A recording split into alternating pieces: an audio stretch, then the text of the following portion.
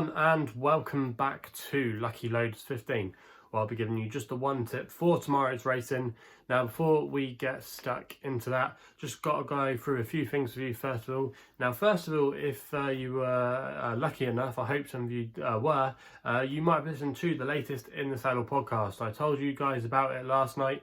There are links to it in the description box below, and also as well I was promoting it on my Twitter feed as one of my fellow judges on there. Paul Callahan napped the Lanzarote hurdle winner at Kempton. He was really sweet on his selection, Borum Bill, who actually won the Lanzarote hurdle in the end at a final SP of 66 to 1. I've seen some of you were able to get 80 to 1. I know that price was available earlier today, and also as well a few people have been getting in touch with me saying that price, the price I got on was 100 to 1. So if you were able to get on those big prices, you would have been quids in today. My selections were absolutely terrible, which I'll get onto in a minute, but fair play to Paul. You know, he's one of the most dedicated guys I know when it comes to racing. You know, former jockey himself, but had a few hard times. But it's great to see him now getting to show off his knowledge to all you guys, and I just hope some of you were able to take advantage of that and back it. Also as well, my other co-host Mark Roski put up Secret Reprieve in the Welsh National. We advertised him at 5 to 1 on the podcast. Obviously, he was well gambled on in the end and did the business. But yeah, I let the boys down there on the podcast with my naps. So yeah, my tips, like I said, weren't in the best form. But if you haven't done so already, make sure you follow In the Saddle podcast on Twitter. We put all our episodes on there for you to listen. And if you aren't following us on Spotify, iTunes or SoundCloud, make sure you do. So yeah, if you want to follow them, just make sure you check out one of those podcast platforms. Now that's out the way, let's get into my selections here on my YouTube channel.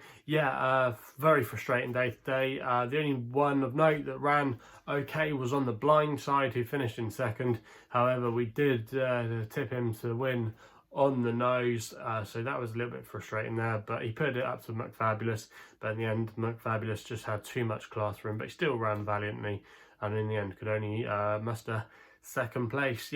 But away from that though, I will admit, absolutely a terrible day. Nothing to hide behind, not too many excuses for all of them. The only one that I would say does have an excuse was Glyn, who looked to be travelling like a dream. I thought he was going to get us out of jail in the Lanzarote, because towards the last third of the race he was travelling so comfortably, and then at the last hurdle down the back straight something went wrong. I'm not sure if he made a mistake, got squeezed up, I'm not entirely sure. To me it looked like he might have picked up a slight knock or something, but fingers crossed Glyn is okay, because he was travelling very well at the time, and that run was too bad to be true. I think you can forgive him moving forward. Yeah, it was just very unlucky there, but obviously great if you followed Paul Callahan in. So yeah, very disappointing and unlucky there with Glyn. Springfield Fox in the Welsh National. I wasn't particularly happy with the ride, if I'm honest, by Sean Byrne. He was sitting in behind the leaders. If you go back and watch when he was doing his best work last season over fences, he was the one that had things up on the front end on his own. So yeah, I think that didn't play to his strengths, and he just seemed to sulk. Sean Bowen had to niggle him along a few times to keep his mind on the job, and in the end just got pulled up. So that was frustrating. Baynard as well. Yeah, we knew our fate early on with that one. That was the nap of the day. And then Clondor Castle as well. He ran okay, to be fair, but in the end Master Tommy Tucker was just too good on the day.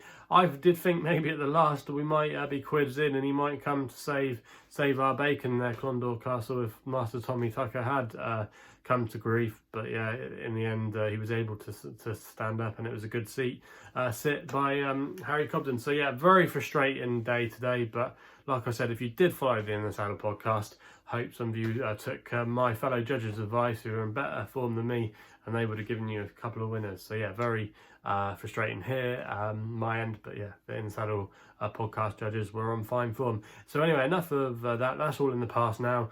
You guys want to know what I'm going to be putting up tomorrow, and I've just got the one selection tomorrow, which is going to be running on the fibre sand at Southwell. We do have inspections at Exeter, And also as well, Nace has abandoned their meeting, and that's going to be taking place on Wednesday, I believe. So we could only have 2 meetings across the UK and Ireland tomorrow. So yeah, we're going to be focusing our attention to Southwell. We know that they should be able to race no problem on the fibre stand there. And we go to the 150 here, and this is where my nap is going to be Young John for Mike Murphy and Laura Pearson claiming 7. At the time of recording, just after 4 o'clock, this price was available with William Hill, who are offering 5-1, and I'm going to recommend a 1-point win bet as my nap of the day.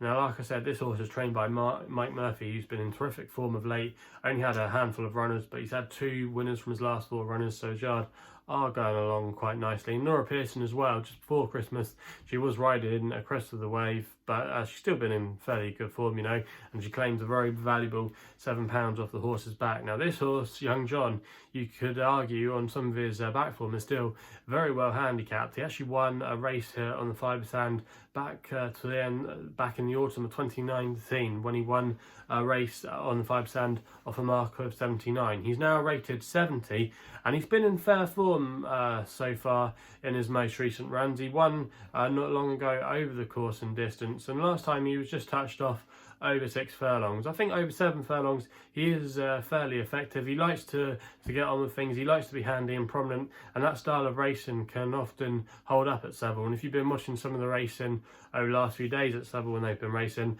a lot of horses haven't been coming from the back. Quite a lot of horses that have been handy have been staying there come the end of the race. And I think that similar tactics tomorrow could serve Young John in good stead. With the £7 claim of Laura Pearson as well, he's going to be in essence running off the mark of 63, which was the mark he last won on. So he looks fairly well handicapped. We know he can handle the surface. He's won over the course and distance before. The yard are in good form. I just thought he ticked a lot of boxes for this race for me, and I thought arguably he could be a shorter price. So at 5-1, if you can still get that price at the time of recording, I think he's worth a good bet. He's my only tip of the day tomorrow, but fingers crossed we can get a winner there after what has been a disappointing start to January, but we're still early days in the month. We're not fully into January yet, and fingers crossed our fortunes can turn for the better next week. So yeah, just the one tip for tomorrow's racing. So if you're enjoying these videos, please remember to give us a thumbs up and subscribe here to my YouTube channel at LuckyLoaders15.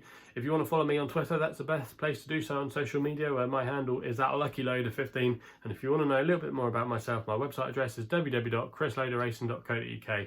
So please gamble responsibly. Hopefully we can have some winners tomorrow, and we'll be seeing you soon.